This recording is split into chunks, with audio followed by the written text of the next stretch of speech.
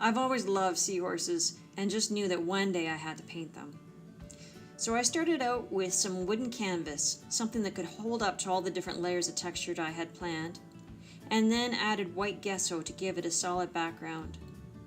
Next, I added different types of inks, different splashes of colors, and used alcohol and of course resin pieces too to add to texture. Then I added some drywall and built up the shape of a seahorse with lots of different textures. I made them gold and added some deep colored purple in the crevices, changing the different background to add all the different textures that underwater light would bring. I added different colors of green and built up the different layers that you can see here of the seahorse.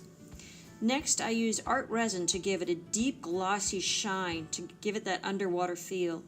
Using equal parts of products, I then poured it on and had to wait, being very patient for 24 hours.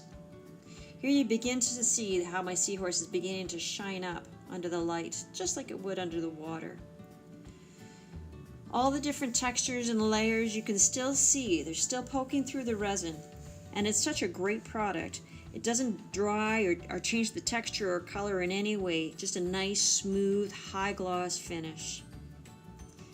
Here you can see it in the light, shiny and bright with all the different textures still showing through, and of course the bubbles that you would get from under the water. I had to give my friend Jasper the Seahorse a friend, and here's its new buddy. Couldn't stop at just one, I had to keep on going. He's got a totally different texture, but that high gloss just adds such a beautiful, powerful shine to it. And here's my seahorse all done. I hope you enjoyed this creation. I'm Cristine Wells from Art with Purpose. Thanks for joining me.